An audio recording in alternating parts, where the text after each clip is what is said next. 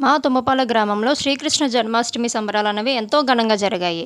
కోలాటాల కోలాహలంతో, ఉట్టి కొట్టడంతో పాటు చిన్నపిల్లలని రాధాకృష్ణులుగా వేషధారణలు తయారు చేయడం వల్ల సాక్షాత్ రాధాకృష్ణులే మా గ్రామానికి వచ్చారా అనే అనుభూతి కలిగించేలాగా ఎంతో ఘనంగా సంబరాలన్నవి జరిగాయి.